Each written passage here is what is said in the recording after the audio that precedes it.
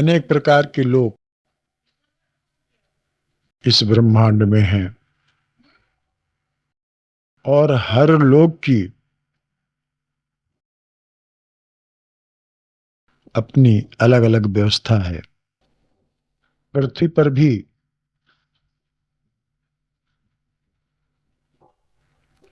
यह पृथ्वी की भी अपनी एक अलग व्यवस्था भगवान ने बना रच रखी है।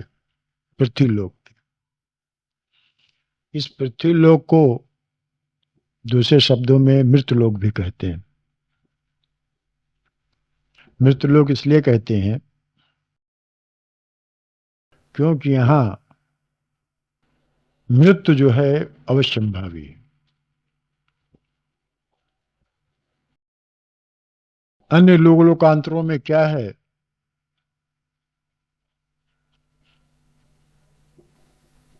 कैसे शरीर हैं, वहां की क्या व्यवस्था है,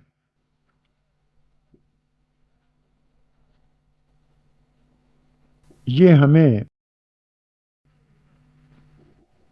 विधिवत नहीं पता। सूक्ष्म शरीर निवास करते हैं।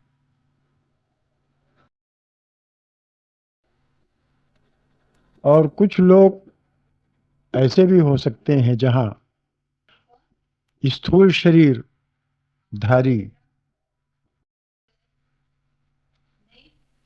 प्राणी, चाहे वो मनुष्य रूपावट इनकी हो, इस प्रकार के लोग भी रह सकते हैं। जो कल्पना गोस्वामी जी ने की काकभूषण,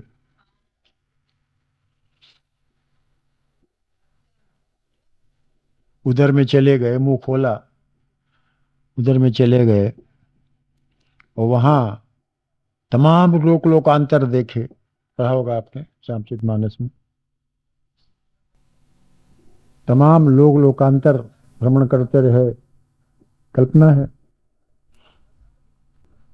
कल्पना नहीं बल्कि होना चाहिए रूपक है।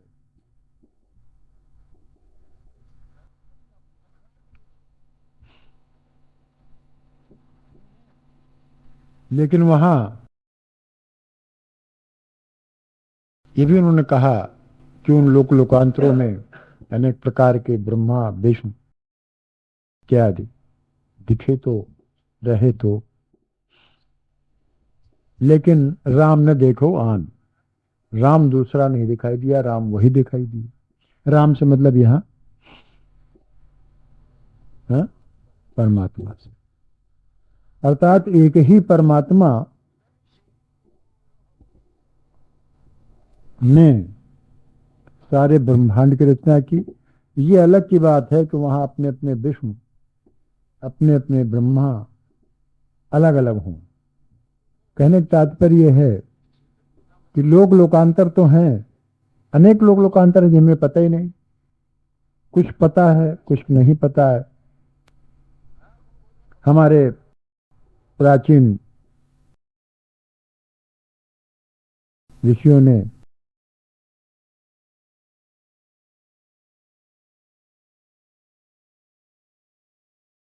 खोज किया। एक विधा होती है खोज की,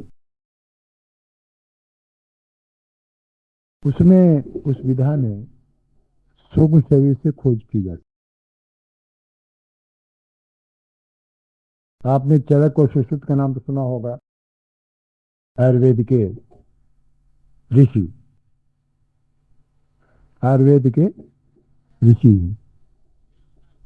प्रणेता, उन्होंने जो पुस्तकें लिखी वो उन्हीं के नाम से विख्यात है।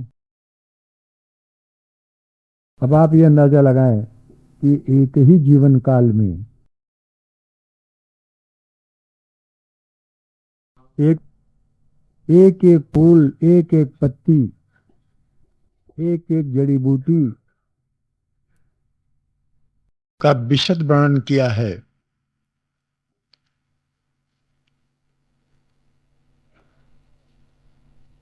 कि शायद आजकल के जो खोजकर्ता हैं वो केवल एक ही फूल, एक ही पत्ती या एक ही विषय लेकर खोज करते रहते हैं और आर पार नहीं मिलता।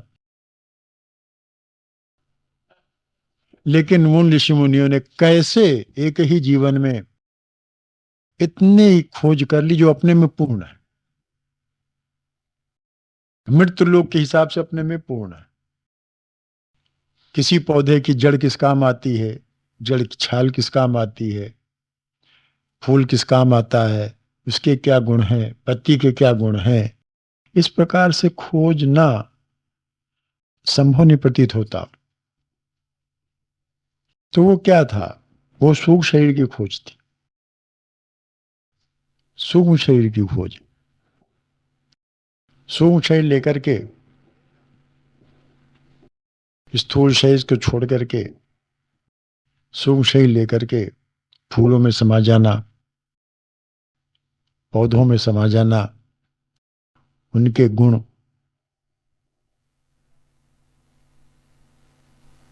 उनके गुण।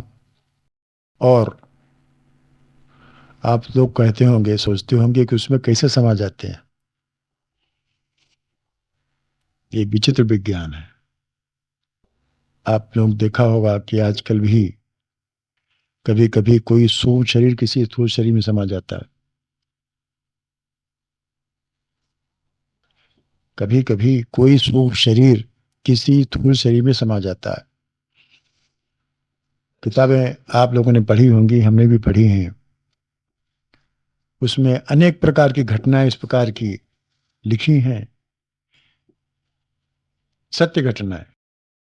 केवल हमारे भारतवर्ष में नहीं है, बाहर लोगों ने खोज की है, पाश्चात्य विद्वानों ने भी खोज किया है और पाया, सही पाया है कि कभी कभी सूक्ष्म शरीर जो है कभी कभी किसी स्थूल शरीर में भी प्रवेश कर जाता है और वो अपना उस पर अधिकार जमा लेता है,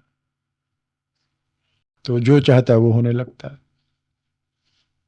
कैसे होता है? इसी प्रकार से सूक्ष्म शरीर यदि विधा मालूम हो तो जिस प्रकार स्थूल शरीर में समा जाता है। आपने शंकराचार्य जी का, आदि शंकराचार्य का वृत्तांत पढ़ा होगा, सुना होगा कि सूक्ष्म शरीर में समा करके राजा के उन्होंने काम कला सीखी, मालूम की, जानी। तो अभी जब जल्दी की बात है, ये तो अभी जल्दी की बात है, करीब 800-900 साल पहले की बात है। मतलब ये हमारा कहने मतलब ये विधा है कि सूक्ष्म शरीर को निकाल करके किसी दूसरे शरीर में प्रवेश करके उसके संबंध में जानकारी कर लेना। तो इसी प्रकार से सूक्ष्म शरीर को निकाल करके किसी भी,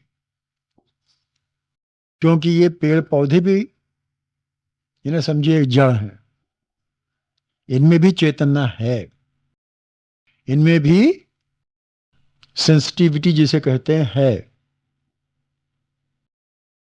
इनमें भी भावनाएं हैं। ये आज के विज्ञान ने भी सिद्ध किया, आज के विज्ञान ने भी सिद्ध किया है कि ये भी डरते हैं, ये भी प्रसन्न होते हैं। कौन? पेड़ पौधे भी डरते हैं, पेड़ पौधे भी प्रसन्न होते हैं।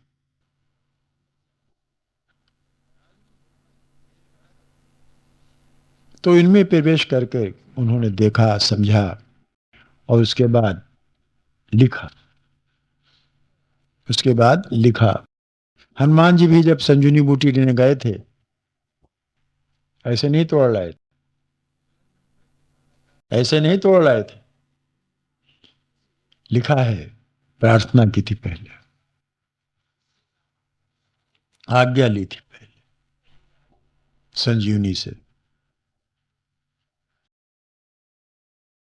और उसके बाद आरती पूजा और प्रार्थना करने के बाद वो संजीवनी बूटी उन्होंने हटाई थी वहां से।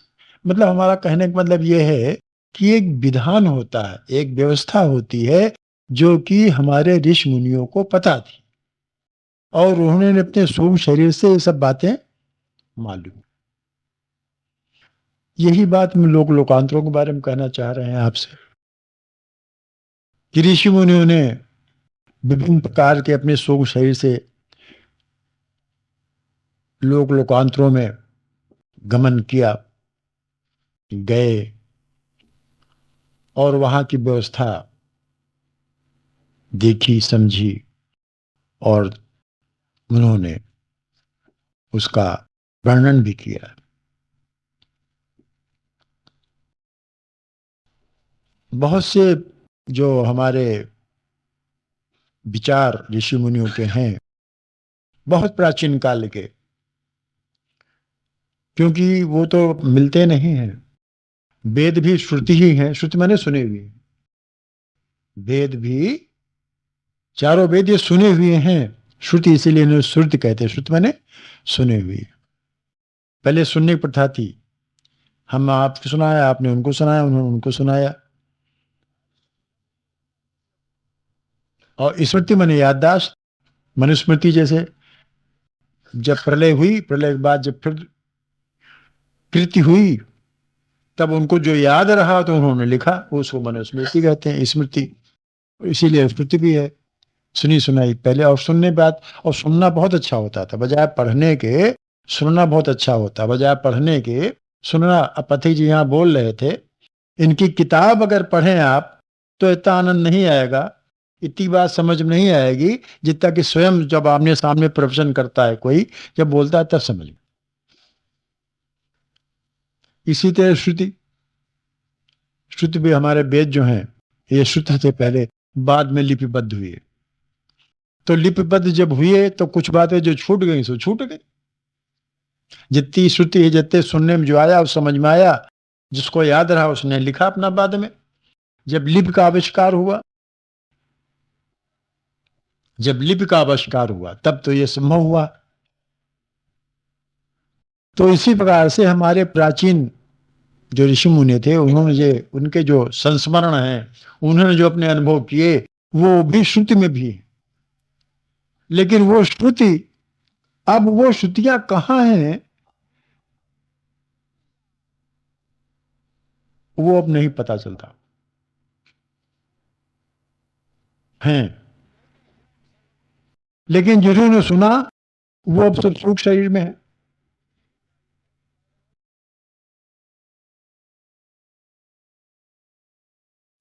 अभी हमने आपको पिछले साल एक पत्रिका दिखाई थी, आपको कौन किसी ने पढ़ा भी होगा शायद, जिसमें लिखा था, घटना दी थी, किसी आदमी बेहोश हो जाता है। किसने पढ़ा था? बेहोश हो जाता है और उसके बाद फिर वो प्रवचन करना शुरू कर देता है। आपने पढ़ी थी, हमने पास किताब है, उसमें निकला था। मैं पता होता कि वो आप या वो बिल्कुल पढ़ा लिखा नहीं, कतई पढ़ा चरवाहा, लेकिन उसको पता नहीं क्या कुछ हुआ तो वो बेहोश हो जाता, जैसे बेहोश होता वैसे बोलना शुरू कर देता था। और ये कहता था कि वहां कहीं ब्रह्मांड में ये सत्संग हो रहा है, और ऋषि मुनियों का नाम भी लेता था, वहां हो रहा है, मैं उसको यहां बोल रहा हूं। उसके तमाम रिकॉर्ड भी हैं, आर्य समाज में, वहां दिल्ली के आर्य समाजियों ने उसका पूरा रिकॉर्ड किया है।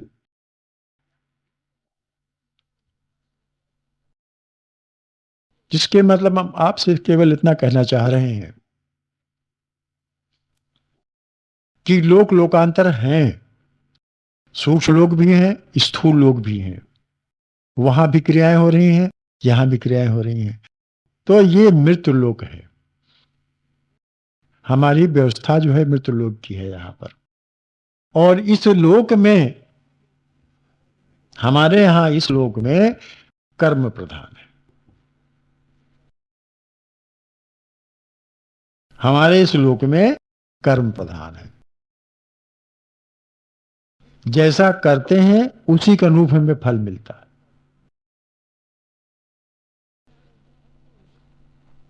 जैसा कर्म करेंगे उसी के अनुसार से हमें फल मिले। ये हमारे इस मृत्यु लोक की व्यवस्था है। अन्य लोक लोकांतरों में क्या है हमें नहीं मालूम। हमने कहीं कभी ये क्रिया अजमाई, सूक्ष्म रूप से किसी के साथ यात्राएं की, तो जहां हमारे इस मृत्यु लोक के का सूक्ष्म लोक है, वहां की भाषा तो समझ में आई,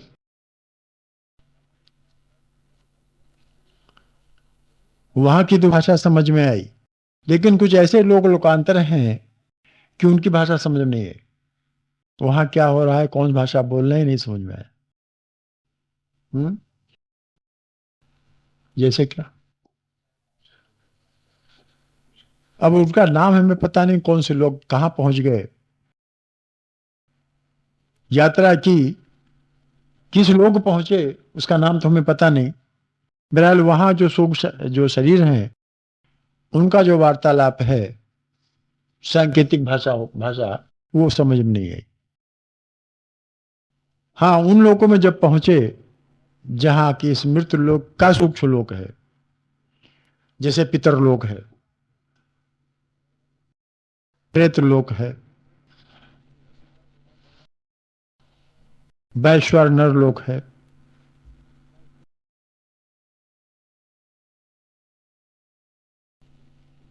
ये सूक्ष्म जगत के लोक है, जो कि हमारे मृत्यु लोक के उपलोक है,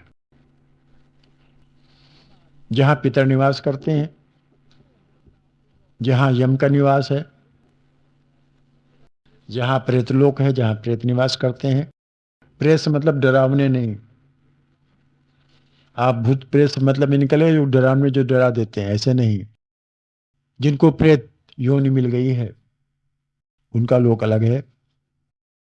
कुछ लोग, कुछ प्रेत जो हैं, उनको अगर कोई लोक नहीं मिल पाता, स्थान नहीं मिल पाता, तो यही इसी एटमॉस्फेयर में, इसी वातावरण में चक्कर लगाया करते हैं और अपना कहीं न कहीं कोई निवास बना लेते हैं। हमने आपसे चर्चा की थी, पीपल पर लोग जल क्यों चढ़ाते हैं। पीपल पर लोग लोग जल क्यों चढ़ाते हैं, दो तीन वजह हैं। अगर नींद लेंगे तो समझ में नहीं आएगा।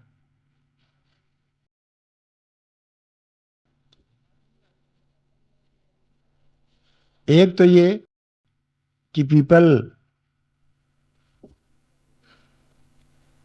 वृक्ष जो है, वो जैसे हमारे यहाँ ब्राह्मण क्षत्रिय वैश्य शूद्र है ना, उसी तरह से इनमें भी ब्राह्मण क्षत्रिय वैश्य शूद्र है, इस में वैश्य शूद्र है। तो पीपल जो है ब्राह्मण का प्रतीक माना जाता है। ये जो बबूल और कीकर ये सब है, ये सब शूद्र योनि में जाते हैं, अलग अलग इनका बात वो है। तो पीपल पर इसलिए क्योंकि वो हमारे लिए अमृत देता है, हमको अमृत देता है। पीपल का पंचांग अर्थात जड़ से लेकर के फूल पत्ते फल तक सब कुछ पुरुष वर्ग के लिए अमृत है, स्वस्थ रहने के लिए भी और बीमारियों के लिए भी, रोगों के लिए भी। इसलिए पीपल को सींचते हैं कि सूखने न पावे, जल चढ़ाते हैं। एक कारण तो ये है, एक कारण ये है कि पीपल सूखने न पावे, जल चढ़ाते हैं। दूसरा कारण पीपल के नीचे जाने का है। पीपल के नीचे जाने से, हर रोज जाने से स्वास्थ्य लाभ होता है।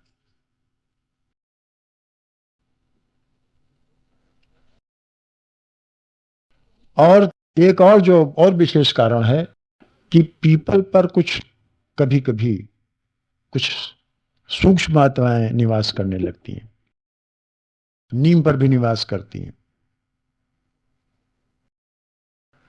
तो जब जल चढ़ता है, अनेक कथाएं हैं, कथाएं नहीं बल्कि सत्य कथाएं, तो वो उसको ग्रहण कर लेते हैं। सूक्ष्म है उसका जो स्वरूप है उसका, वो लोग ग्रहण करते हैं और मदद भी करते हैं और कभी कभी परेशान भी करते हैं।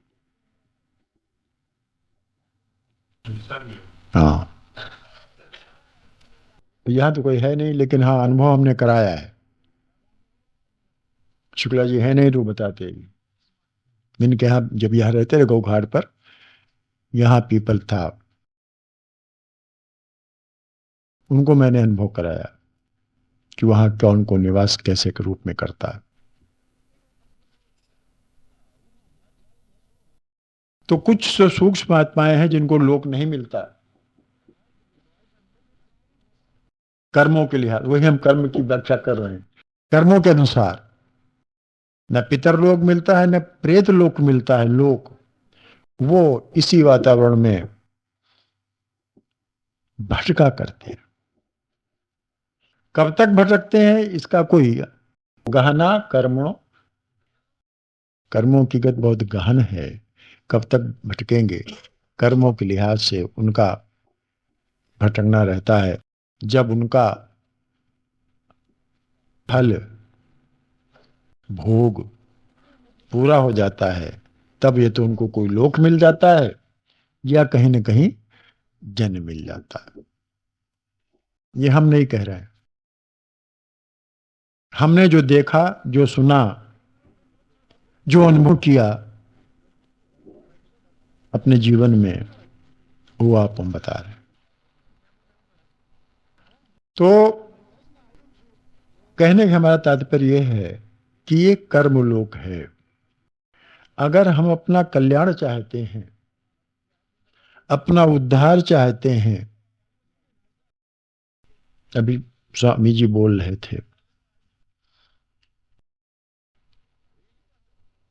तो सबसे पहले अपने कर्म सुधारने होंगे।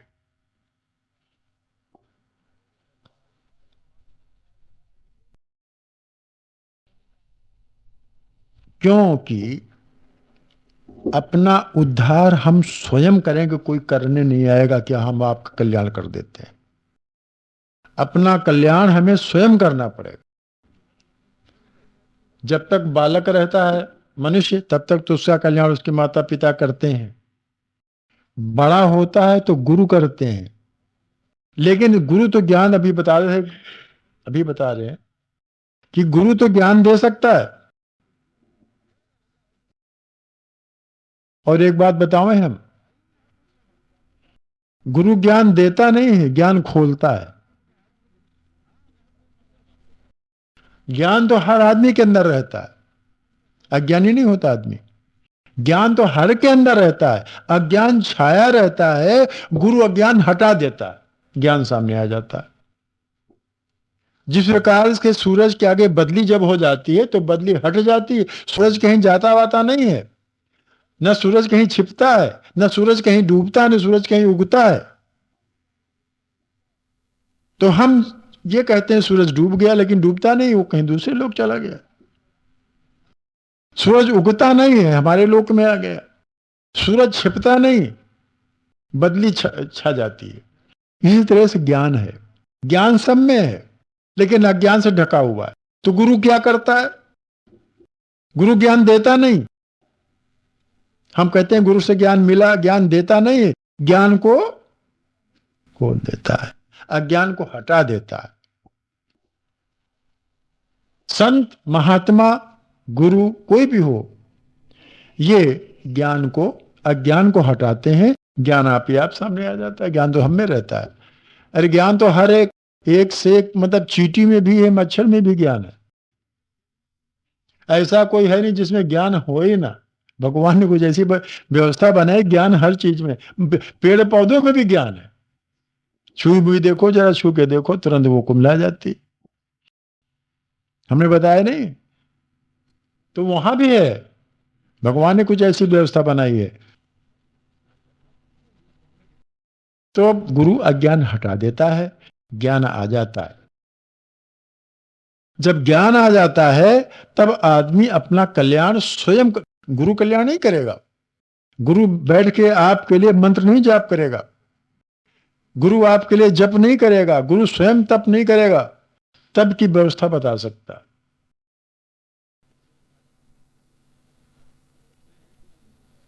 अगर कोई समर्थ गुरु है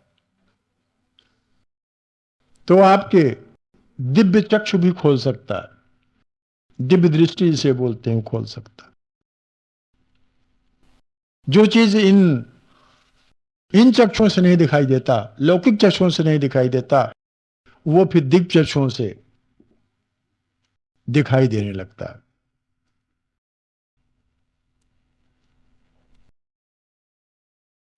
तो कर्म प्रधान है। अगर हमें अपना कल्याण चाहना है, अपना उद्धार करना है, तो हमें स्वयं करना होगा, स्वयं करना होगा, कोई करने नहीं आएगा। हां, सिखाया जा सकता है, बताया जा सकता है, ऐसा करो, ऐसा करो, ऐसा न करो। सबसे बड़ी बात, अगर जैसे गीता जी में 3 प्रकार के अपने कल्याण के लिए बातें बताई गई हैं, उसमें भगवान ने स्वयं कर्म का ही विशेष, कर्मयोग का ही विशेष गुणगान किया है। यद्यपि उन्होंने ज्ञान योग और सांख्य या भक्ति योग का भी वर्णन किया है, लेकिन विशेष क्योंकि आदमी, भैया महर्षि, आदमी कोई भी हम आप जो हैं बिना कर्म के रह सकते ही नहीं। आप ये समझिए, अगर हम चुपचाप बैठ गए तो कोई कर्म नहीं, वो भी कर्म करें, बैठने कर्म किया है। अगर हम चुपचाप बैठे तो इसके माने है कि हम इस सोच लिए कर्म नहीं कर रहे हैं, बैठने का कर्म कर रहे हैं। चुपचाप खड़े हैं तो खड़े होने का कर्म है, वो बोल रहे हैं ये भी एक कर्म है, बोलने का कर्म कर रहे हैं। चल रहे हैं, चलने का कर्म कर रहे हैं। सो रहे हैं, वो भी कर्म है, सोने का कर्म है। तो बिना कर्म के कोई आदमी रह नहीं सकता।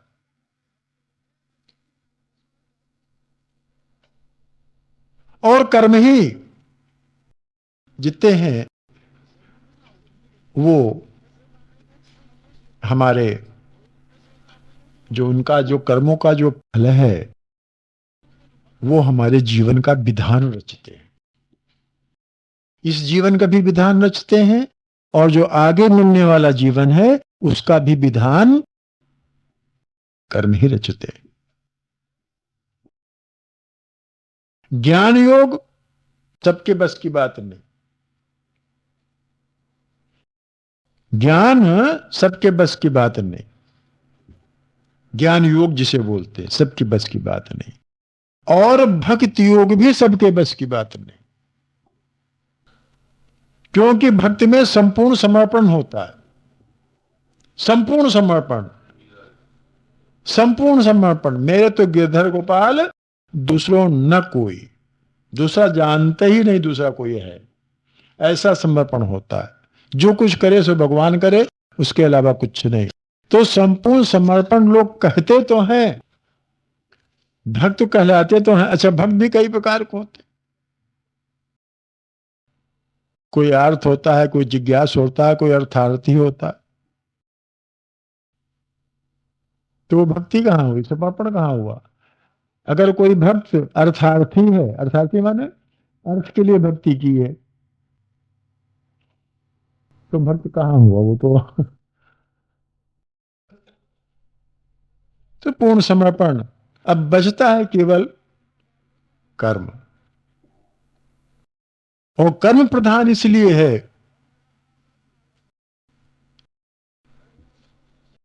कर्म इसलिए प्रधान है क्यों कर्म ही जो कुछ हम करेंगे वो हम पे अभी कह चुके हैं, वो सारा विधान कर्म ही पूरा, कर्म के द्वारा ही सारा जीवन पूरा हो हमारा। अगला भी जो पिछला हो चुका है वो, जो वर्तमान चल रहा है वो, और जो आगे आने वाला है वो, सब कुछ वर्तमान जीवन के कर्म ही निर्धारित करेंगे आगे। इसलिए कर्म पर विशेष ध्यान दीजिए।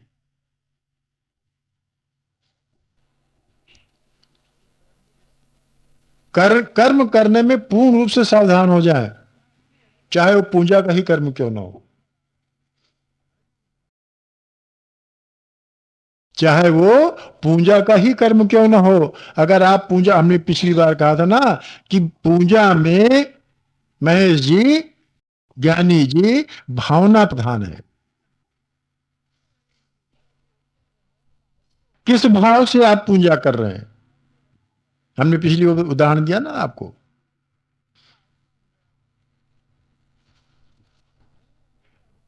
कोई पूजा अर्चना करता है सात्विक भाव लेकर के, कोई राजसी भाव लेके पूजा करता है, कोई तामसिक भाव लेके पूजा करता है। क्योंकि अनुष्ठान इसलिए कर रहा है, कोई यज्ञ या अनुष्ठान कोई इसलिए कर रहा है कि हमें भगवान में ध्यान लग जाए हमारा। ये सारा संसार भी पथिक जी कह रहे थे कि असार है, असत्य है, ये जो कुछ मिला है सब छूट जाएगा। तो अनुष्ठान इसलिए कर रहा है कि जब छूट जाएगा तो भगवान हमें ऐसी बुद्धि दे दें कि हम इसको कर रहा है पुत्र प्राप्ति के लिए, धन प्राप्ति के लिए,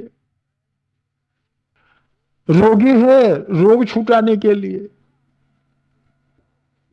भाव बदल गया, काम वही, अनुष्ठान वही है, पूजा वही है, उसमें कोई फर्क नहीं आया।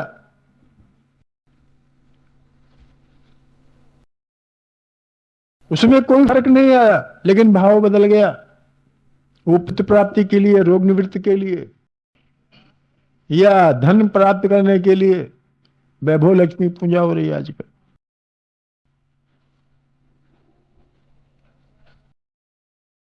कर्म वैभव के नहीं है। वैभव प्राप्त करने के लिए कोई कर्म नहीं किए हमने। वैभव प्राप्त करने के कोई कर्म न पिछले किए हैं, न वर्तमान समय में कर रहे हैं। केवल पूजा कर रहे हैं काहे कि वैभव प्राप्त हो जाए। वैभव की व्यवस्था नहीं कर रहे हैं। प्रारब्ध में वैभव पता नहीं लिखा कि नहीं लिखा है, हम नहीं जानते। प्रारब्ध में वैभव लिखा है कि नहीं लिखा हम नहीं जानते, लेकिन वैभव लक्ष्मी की पूजा का कर्म हम कर रहे हैं। और वो कर्म पूजा का, ध्यान दीजिए जो हम कहने जा रहे हैं आपसे, वो कर्म हो गया। वैभव लक्ष्मी की प्राप्ति के लिए जो हमने कर्म किया, अनुष्ठान किया, पूजा किया, वो कर्म बना कि नहीं बना। और हमेशा कर्म का कोई फल निश्चित रूप से बनता है, बनता नहीं बनता। कोई भी कर्म करे उसका फल बनेगा, निश्चित रूप से बनेगा। और सकाम कर्म आप कर रहे हो, कामना लेके कर्म कर रहे हो, तो प्रारब्ध में तो वैभव लिखा नहीं। वैभव लक्ष्मी की पूजा कर रहे हैं,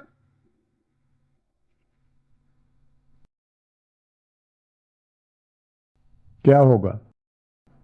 कर्म तो उसका बनेगा, फल तो मिलेगा, चाहे जैसा मिले, ऊंच मिले, नीच मिले, मध्यम मिले। सत्यनारायण कथा करवा रहे हैं,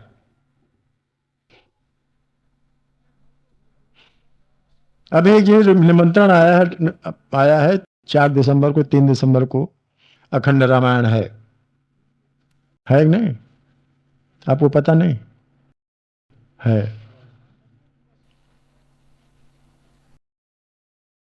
हैं? अच्छा हाँ, देवी जागरण, हाँ हाँ देवी जागरण है, ठीक, वो हम भूल गए। देवी जागरण है, खंड रामायण ने देवी जागरण है।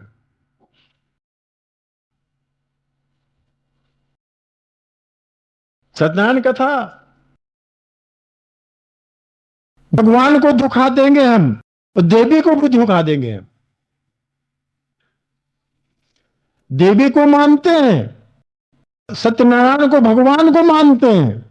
देखिए, अंदाजा लगाइए, आप अपने को धोखा दे सकते हो, प्राणी को धोखा दे सकते हो, दूसरे मनुष्य को धोखा दे सकते हो, लेकिन भगवान को तुम कैसे धोखा दोगे?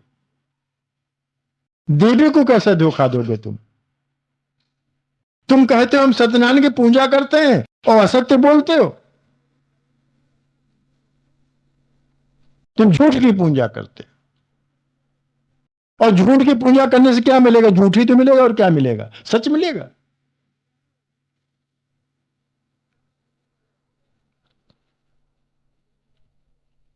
भैया मेरी बात समझ रहे ना? कर्म का फल मिलेगा। भाव क्या है हमारा? किस भाव से हम भगवान सत्यनारायण कथा कह रहे हैं, सुन रहे हैं, कर रहे हैं, सुन रहे हैं, का फल तो मिलेगा मिलेगा। सात्विक भाव से कर रहे हो कि तामसिक भाव से कर रहे हो कि राजसिक भाव से कर रहे हो?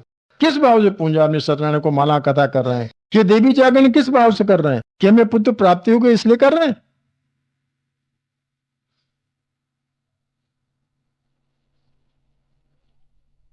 अगर भाग में पुत्र प्राप्ति नहीं तो कहां से लाओगे बताओ? हमने बहुत से ऐसे केस देखे, बहुत से केस देखे कि भाग्य में नहीं ना, 1000 कोशिश की लेकिन नहीं पुत्र प्राप्ति हुई। वो समय चला गया सतयुग का, जब पुत्रेष्ट यज्ञ होता था, लोग जानते थे। और यज्ञ क्या होता था, कैसी पुत्रेष्ट यज्ञ है? क्या आप जानते हैं कि वो हवन करके पुत्रेष्ट यज्ञ हुआ था?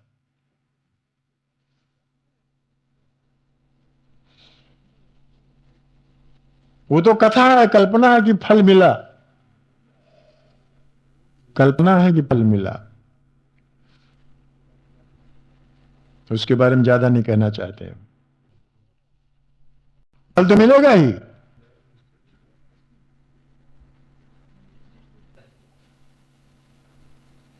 किसी बात जब आदमी सीधा नहीं कहता,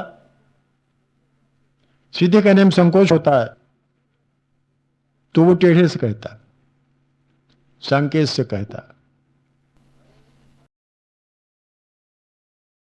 तो हम अपने विषय पर आते हैं कि हम भगवान को धोखा देते हैं। तो भगवान कहाँ है? भगवान हमारे अंदर है, अर्थात हम अपने को ही धोखा दे रहे हैं, अपने को ही धोखा दे रहे हैं। कल्याण की बात तो करते हैं लेकिन होती है अकल्याण, इसमें हो जाता। कभी नहीं ऐसा होना चाहिए।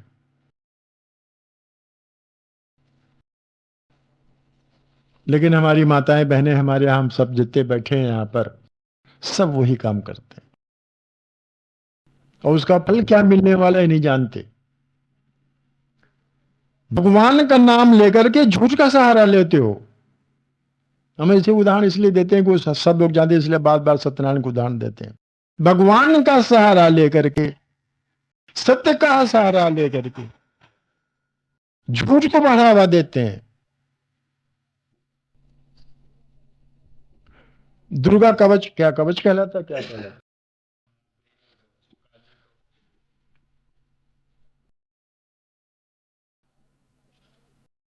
काली जी का कवच कह करके सफेद करना चाहते हैं उसे। सही से कह रहे हैं आप। कवच जानते नहीं क्या होता है, शुद्ध पढ़ना नहीं मालूम,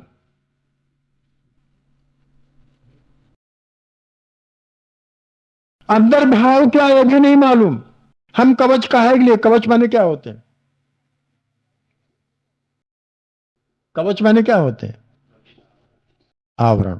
कवच पहन लिया, स्वेटर पहन लिया, जाड़ा नहीं लगेगा, इसको कवच बोलते हैं। तो पहन तो लिया हमने, क्यों भाई? कवच हमने पहना, लेकिन काहे को पहना? कवच तो पहन लिया, लेकिन काहे को पहना कवच? क्या उसे जाड़ा चला जाएगा? ये कभी ख्याल किया हमने? जाड़ा लग रहा है, सर्दी लग रही है, स्वेटर पहन लो, कपड़ा पहन लो, नायलॉन का पहन लिया। अरे अंदाजा उदाहरण बता रहे हैं, तो उसमें गर्मी कहां से आएगी? या नायलॉन कमीज पहन लिया। अभी हम कौन एक कमीज पहने हुए थे, तो कौन कह रहा था, आप ही कह रहे थे कि लो ये तो आपने ऐसी पहनी, ऐसे जाड़ा, कहाँ जाड़ा तो और लगेगा इससे। आप ही ने कहा उस दिन एक कमीज हम पहने हुए थे, तो आपने बताया कि ये कमीज आपने कहाँ से पहन ली, तो जाड़ा बजाय पूरी बाहों के, आपको जाड़ा और लगेगा कमीज पर। तो कवच तो हमने धारण किया, काहे के लिए कि जाड़ा चला जाए पूरी बाहों को, भाई सर्दी लग रही है। लेकिन बजाय जाड़ा जाने को उसे जाड़ा और लगने लगा, क्योंकि वो पता नहीं काहे का बना हुआ था, वो काहे का बना हुआ था वो, और जाड़ा पैदा, वो चप चप चप चप वो लगेगा, वो जाड़ा पैदा कर दे। तो उसमें भी विज्ञान चाहिए ना। कवच पहनो, गरम पहनो भाई, गरम कपड़ा पहनो तो ठीक है, लेकिन पहन लिया, पहनना एक काम नहीं, ज्ञान से पहनो भाई। गरम कपड़ा पहनो भाई, कवच गरम करो, स्वेटर पहनो, ऐसा कपड़ा पहनो। तो कवच तो हमने पढ़ लिया काली जी का, ठीक है ना, लेकिन कैसा पढ़ा, बरबर बरबर बरबर करते चले गए, हमने सुना है। संस्कृत मालूम नहीं, उच्चारण शुद्ध नहीं,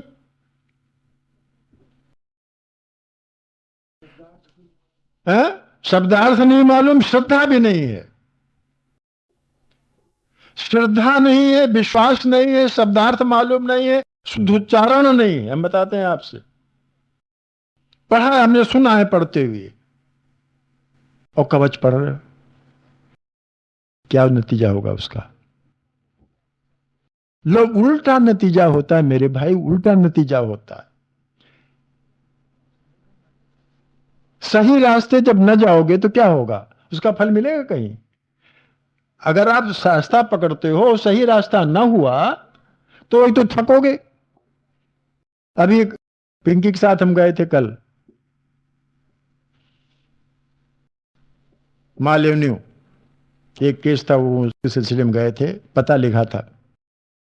कम से कम घंटा भर हमने ढूंढा, घंटा भर वही माल एवेन्यू में चक्कर काटे रहे। पता लिखा, पता जिससे पूछो कि फलानी जगह चले जाओ, फलानी जगह चले जाओ, उधर से बनेगा तो गलत आएगा, उधर चले जाओ। लखनऊ में रह रहे हैं, माल एवेन्यू गए वहां, और घंटे वहां खोज रहे हैं, पता ही नहीं चलता, क्योंकि भ्रमित रास्ता नहीं मालूम, रास्ता भ्रमित कर दिया लोगों ने। हम स्वयं भ्रमित हो गए। पता मालूम है, सब कुछ मालूम है, लेकिन अब वो नहीं मिल रहा स्थान जहां पहुंचना। पिंकी आम से पूछिए, कितने 1.5 घंटा, घंटा भर तक भ्रमित रहे, तब एक सज्जन वहां हमारे मिले। वहीं पर कहेंगे, डॉक्टर साहब यहाँ कैसे, हमने भाई उनको तो लोग हमको पहचानते थे, हमने भाई ये पता खर्च करें, चलो हम बता देते हैं। वो खुद जाके बता का है, तब मिला, ठीक है ना। तो वो वो भ्रमण तो हुआ ही, 1 घंटा भ्रमित रहे, सही पता मालूम होते हुए भी घंटा भर भ्रमित करते, भ्रमित रहे, घूमते रहे। क्यों?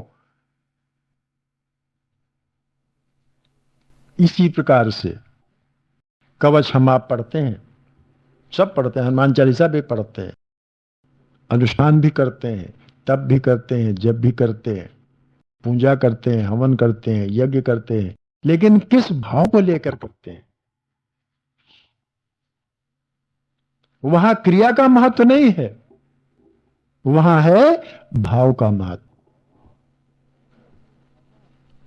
पहले अपनी भावना जिसके प्रति आप कर रहे हैं, उसमें श्रद्धा और विश्वास दृढ़ कीजिए, उसके प्रति श्रद्धा और उसके प्रति विश्वास, और उसमें भी दृढ़ता। ये नहीं जरा सा काम है और वो विश्वास भी हट गया और श्रद्धा भी समाप्त हो गई।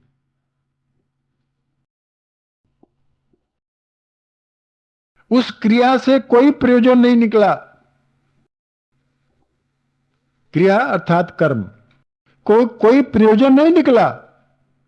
जिसके जिसके जिसके कर्म करने से, या कर्म जो हम कर रहे हैं, उसके बारे में हमें पूर्ण रूप से ज्ञान नहीं है, पूर्ण रूप से बात नहीं जानते कि इसका फल हमें क्या मिलने वाला। हम तो सोच रहे हैं कि हमें इसका फल ये मिलेगा, लेकिन कर कुछ और रहे। तो कर्म का प्रधानता है, हमारे इस मृत्युलोक में कर्म की प्रधानता है। इसलिए मैं कहता हूं, बार बार कहता हूं, हर सत्संग में करता हूं कि करने में सावधानी। अगर अपना जीवन हम श्रेष्ठ बनाना चाहते हैं, अपना कल्याण करना चाहते हैं, वर्तमान जीवन में भी और जो आगे आने वाला जीवन है, क्योंकि जीवन का तो अंत है नहीं, जीवन तो आएगा ही, मिलेगा ही, चाहे जैसा मिले, शरीर तो मिलेगा ही चाहे जैसा मिले। अभी हम लोग इस श्रेणी में नहीं आए हैं कि हमको अगला जीवन न मिले, या अगर मिले भी तो हजारों वर्षों बाद मिले, सूक्ष्म लोक में चले जाए। ऐसा अभी हम लोग श्रेष्ठता में नहीं पहुंच सके हैं, ऐसा श्रेष्ठ जीवन नहीं बिता सके हैं। तो कम से कम ऐसे कर्म करें, कम से कम ऐसी बातें करें, ऐसी पूजा करें, सात्विक भाव लेकर पूजा करें कि ये जीवन भी श्रेष्ठ बने, इस जीवन का भी कल्याण हो, और जो आगे आने वाला जीवन है उसका भी हमें लाभ मिले।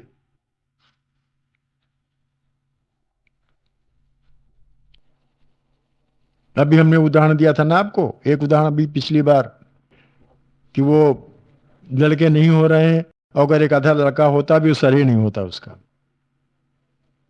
अगर सर होता भी तो कुचला उचला तो सर पहचान नहीं मिलता, सर है भी कि नहीं सर है। एक बार नहीं, 2-3 बार ऐसा हो चुका है। एक बार नहीं, चलो भाई एक बार, चलो भाई वो व्यर्थ चला गया, गर्भ जो व्यर्थ चला गया, नहीं बना, नहीं डेवलप हुआ तो अलग की बात हो गई, लेकिन बार बार यही हो रहा है। और डॉक्टरी लिहाज से सब ठीक, वहां कोई गड़बड़ नहीं, डॉक्टर लोग बताते हैं ये तो सब ठीक है, यहाँ गड़बड़ नहीं कुछ।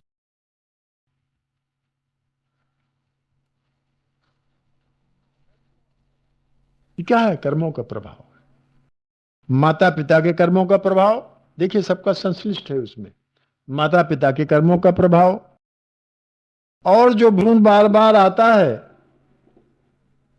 जो जीव आत्मा बार बार उसमें आती है और फिर वो गिर मतलब उसका फिर अंत हो जाता है, फिर एक बार आए और उसका शरीर ही नहीं बनता, उसका ये दंड है, भोग है। और कब उसका ये भोग पूरा होगा? सबके क्यों नहीं होता?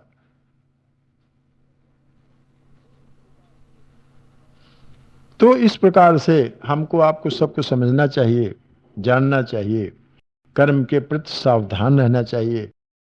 इसे क्यों हम पूजा के विषय में ही बोल रहे हैं, इसलिए जो हम लोग आप सब पूजा करते हैं, तो आप ये देखना चाहिए कि हम सात्विक पूजा कर रहे हैं, राजसी पूजा कर रहे हैं, या तामसी पूजा कर रहे हैं। या सोच तो हम ये रहे हैं कि ये राजसी पूजा हो रही है। क्यों भाई? देखिए समझ भी फिर समझिए कि हम अपनी समझ से तो सात्विक पूजा कर रहे हैं, ठीक है ना भैया, लेकिन सात्विक पूजा करने के बाद कर्म कौन से कर रहे हैं? क्या वो भी सात्विक हैं? पूजा हम जिंदगी में जो सुबह सुबह करते हैं, 10 मिनट करते हैं, आधा घंटा करते हैं, घंटा में करते हैं, और वो करते हैं सात्विक पूजा। चलो भाई भाव सात्विक है, मान लिया हमने भाव सात्विक है गया, ठीक। लेकिन उस पूजा करने के बाद शेष जीवन में आप क्या कर रहे हैं? शेष जो दिन पड़ा हुआ उसमें आप क्या कर रहे हैं? क्या उसमें भी सात्विक हुए या तो नहीं हुए कि नहीं हुए? बताइए। अगर उसमें भी सात्विक हैं तब तो वो सात्विक पूजा हुई आपकी, हमारी आपकी।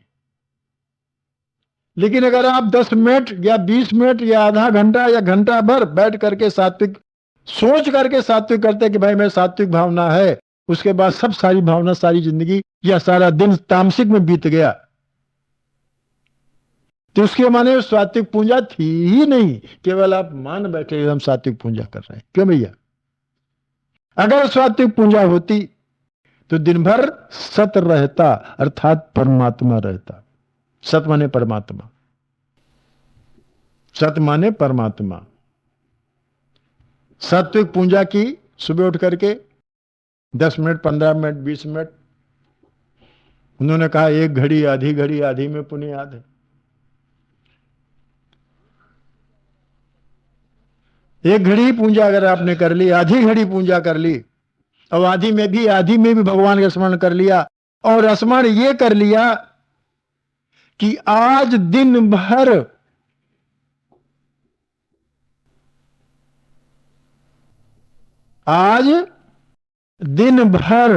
हम सात्विक प्रवृत्ति रखेंगे अपनी। चाहे आप भगवान की पूजा घंटा भर ना कीजिए, केवल 1 मिनट या आधा मिनट ये संकल्प ले लीजिए कि आज दिन भर हम सात्विक प्रवृत्ति रखेंगे, जहां तक हो सके तहां तक सत्य का आचरण करेंगे, जहां तक हो सके तहां तक। तो आपने अगर घंटे भर पूजा नहीं की तो कोई बात नहीं बनी, कोई बात नहीं है। वो एक क्षण की ही पूजा आपको स्वीकार कर ली। वो हमने आपको कबीर का एक दोहा पिछली बार सुना दिया था कि कबीरा मन निर्मल भया जैसे गंगा नीर, पाछे लागे हरि फिरे कहत कबीर कबीर। मन तो 1 मिनट में निर्मल हो जाता है। मन तो निर्मल होने में देर थोड़े लगती है। मन निर्मल होने में देर नहीं लगती, तुरंत निर्मल हो जाता है। जैसे गंगा स्नान में तुरंत डुबकी लगाओ, वैसे ही मन तुरंत निर्मल हो सकता है, लेकिन भाव श्रेष्ठ होने चाहिए। भाव मन में नहीं, मन में आते हैं। कहां से आते हैं? अहम से आते हैं। भाव तो मन में ही आते हैं, लेकिन मन अब स्वतंत्र नहीं है, वो अहम के अंतर्गत है। मन अपना स्वतंत्र नहीं है, वो अहम के अंतर्गत है। जैसा अपना अहम होगा वैसे ही मन में आएगा। तो अहम सुधारे हैं अपना, मन सुधर जाएगा। और तब आप चाहे आप आधा घंटा भी न पूजा करें, चाहे 1 मिनट पूजा न करें, तो वही रह जाएगा जो कुछ करूं सो पूजा। वही निष्कर्ष बचता है कि जो कुछ करूं सो पूजा।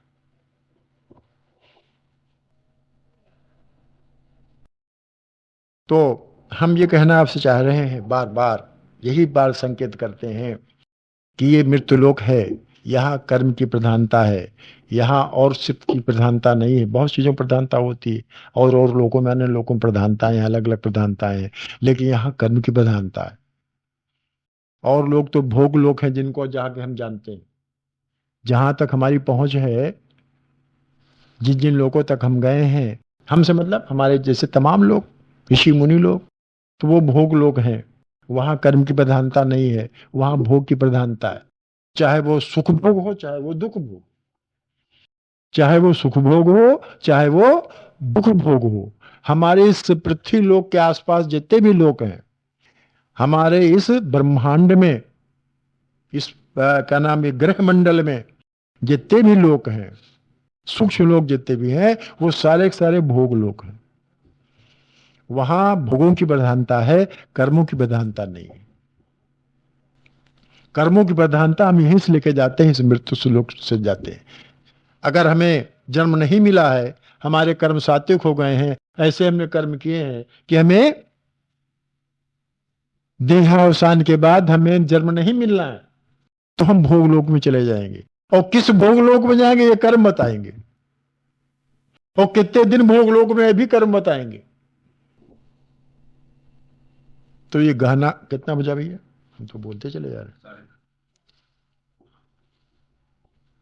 तो गहना कर्मणों गति है, कर्मों की गति बहुत ही गहन है। इसके बारे में हम आपसे बातचीत करना चाह रहे हैं बराबर, क्योंकि ये कर्मलोक है और यहीं के कर्म किए हुए सारे भोग लोक में भोगना पड़ता है। इस लोक में भी और अन्य लोकों में, जहां अगर जिंदगी नहीं मिली, सो शरीर मिल गया भगवान की कृपा से। और सो शरीर कैसा मिला? प्रेत के मिला, पितर के मिला, देव का मिला। सो शरीर मिलता है ना, तो उसमें कैसा मिला? पितर लोक का मिला, देवलोक का मिला, प्रेत लोक का मिला, यातना लोक का मिला, स्वर्ग लोक का मिला। कहां सुख शरीर मिला? कर्मों के आधार पर। जिसको व्याधि बोलते हैं। एक दुख मानसिक होता है, जिसको आधि बोलते हैं।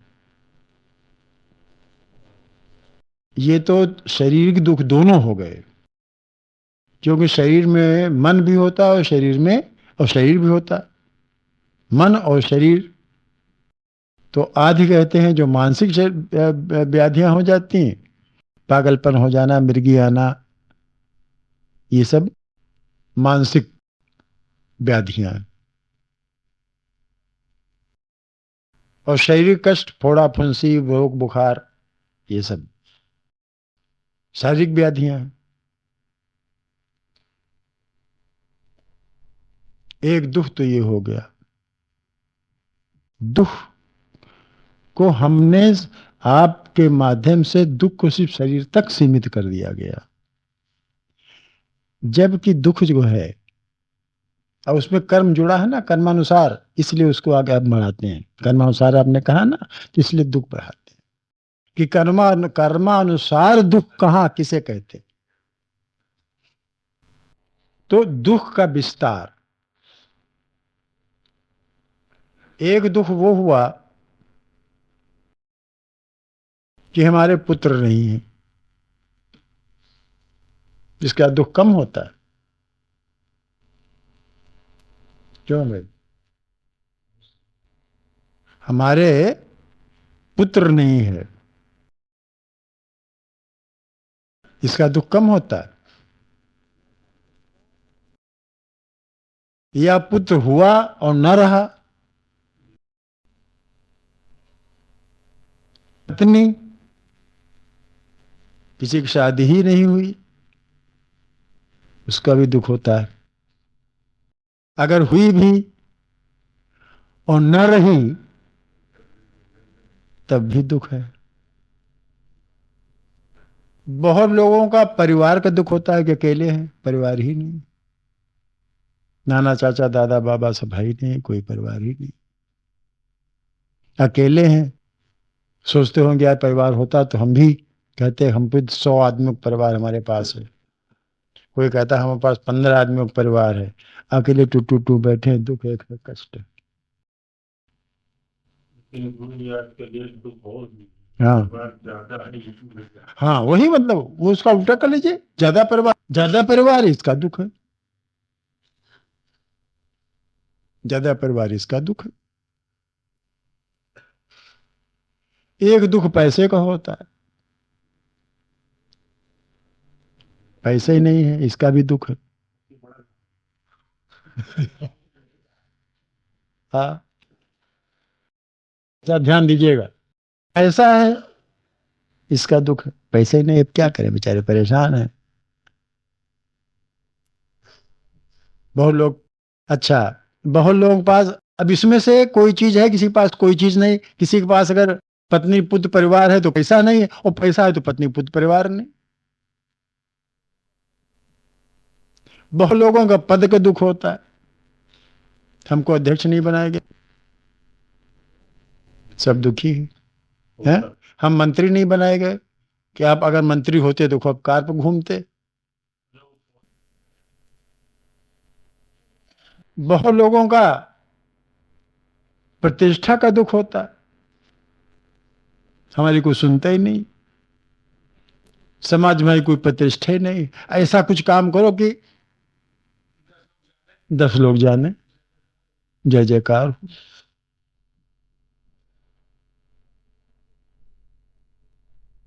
बहुत लोगों को पेशे का दुख होता है, पेशा। पत्नी कभी भी ताना मारती है, परिवार वाले भी ताना मारते हैं, देखो ऐसा पेशा तुम्हारा, ऐसा पेशा है कि 3rd क्लास पेशा है तुम्हारा। वो सोचते हैं हाँ 3rd क्लास, अगर ऐसा पेशा होता है, हाँ हाँ, तो इसका भी दुख होता कि नहीं होता है?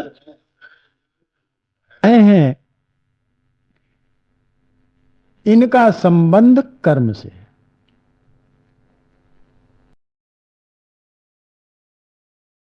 इनका संबंध प्रारब्ध से है। इनका संबंध तकदीर से है, इनका संबंध हमारे पिछले कर्मों से। अगर पुत्र हुआ और ना रहा, कर्म का फल है। पुत्र हुए ही नहीं, ये भी कर्म का फल है, प्रारब्ध रचना है। पैसा है ही नहीं है या ज्यादा आ गया, ये भी प्रारब्ध से निर्भर करता है।